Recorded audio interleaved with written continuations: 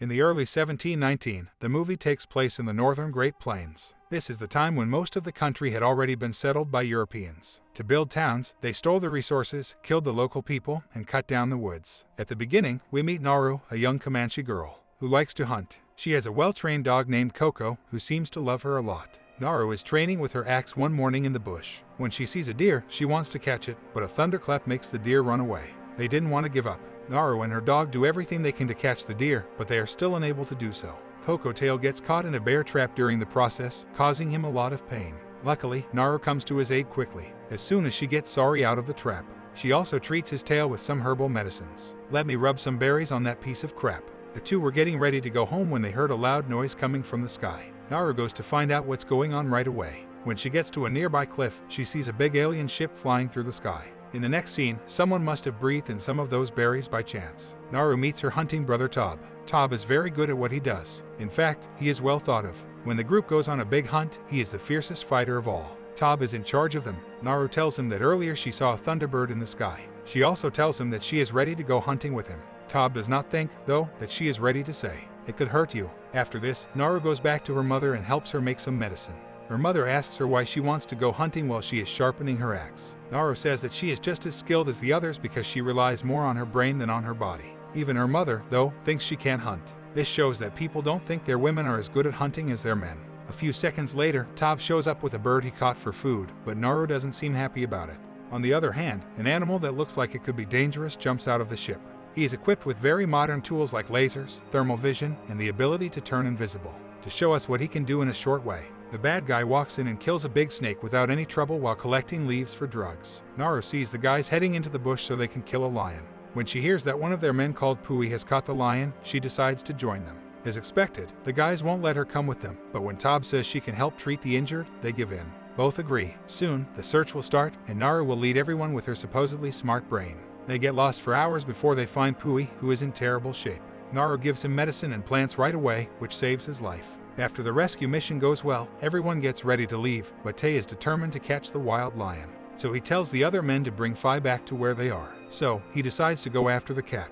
But Naru is a little bit doubtful because lions usually kill their food right away. They do not just leave them to suffer, so she asks to join him, but Tob declines on the way back. Naru finds a dead snake that has been eaten in the predator's foot. Print. The other men think the print is from a big bear, but Naru doesn't know what to think because she has never seen a bear this big before. So, she chooses to go back to Tob to tell him the same thing. Soon after she meets Tob, a camp member called Wassa joins her. She tells him everything, but he also thinks it was a bear. After that, the three of them went to look for the lion. Naru says that the best way to fight the lion is to set up food and stand on a tree. After a while, she and Paka climb a tree while Tob puts out the bait and hides behind some trees. The plan works out, and the lion shows up. But instead of taking the bait, it charges at the two people. First, the lion kills Paka and then moves slowly toward Naru. The latter is holding a spear and is sure she can protect herself, but then she sees the attacker. This takes her attention away for a moment, giving the lion time to hit her and knock her down. When Naru wakes up after a few hours, she is back at the village camp. It turns out that her brother saved her from the lion and brought her back. At the same time, Tob shows up with Alliance's head.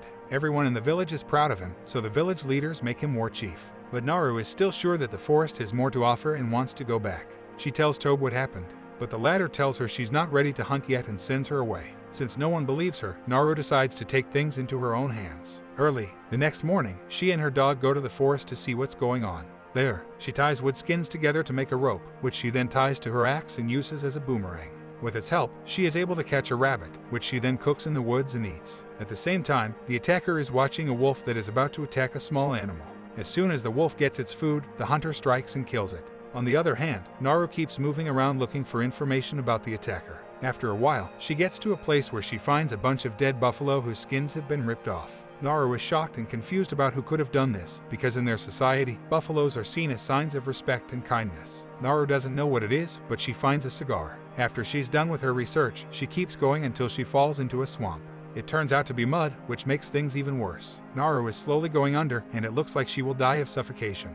But she still has her axe, boomerang, which is a good thing. With this, she finds a way to save herself. Naru then goes to the river nearby to wash. In the next shot, however, we see the attacker notice the same cigar. Naru comes across a big bear eating its meal. Even the strongest locals would normally run away from the beast, but Naru has a reason to kill it and bring its head back to the village as a prize. At the last second, her bow breaks, and now that the tables are changed, the bear sees her. Naru runs away from danger and hides under a beaver dam. But the bear finds her because he has a great sense of smell. It is getting ready to eat her. When the attacker quickly shows up, it strikes the bear. The two animals then fight, but the bear is killed in a matter of seconds. When Naru sees this, she is shocked, and she swims away right away to save herself. The animal sees, but he doesn't do anything because he doesn't think she's a threat.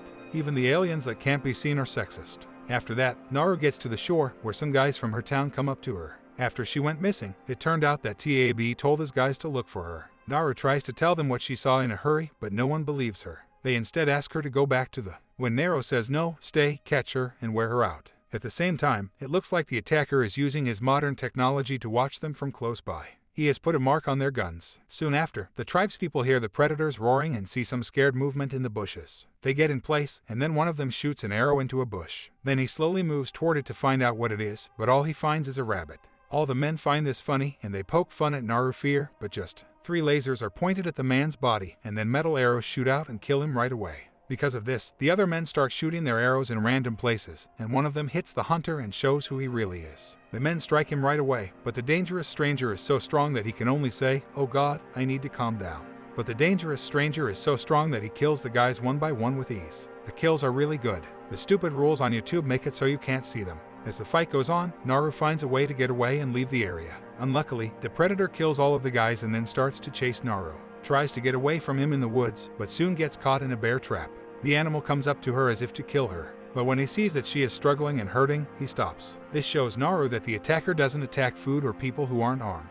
At the same time, French hunters with guns show up, knock Naru out, and take her away. When she wakes up in the next scene, she finds herself locked in a wooden box. Then, she sees a guy smoking a cigar and finds out that he killed the bull. Then, a translator walks up to her and asks what she knows about the person who is after her. When Naru doesn't answer, they show the next victim, who turns out to be Tab.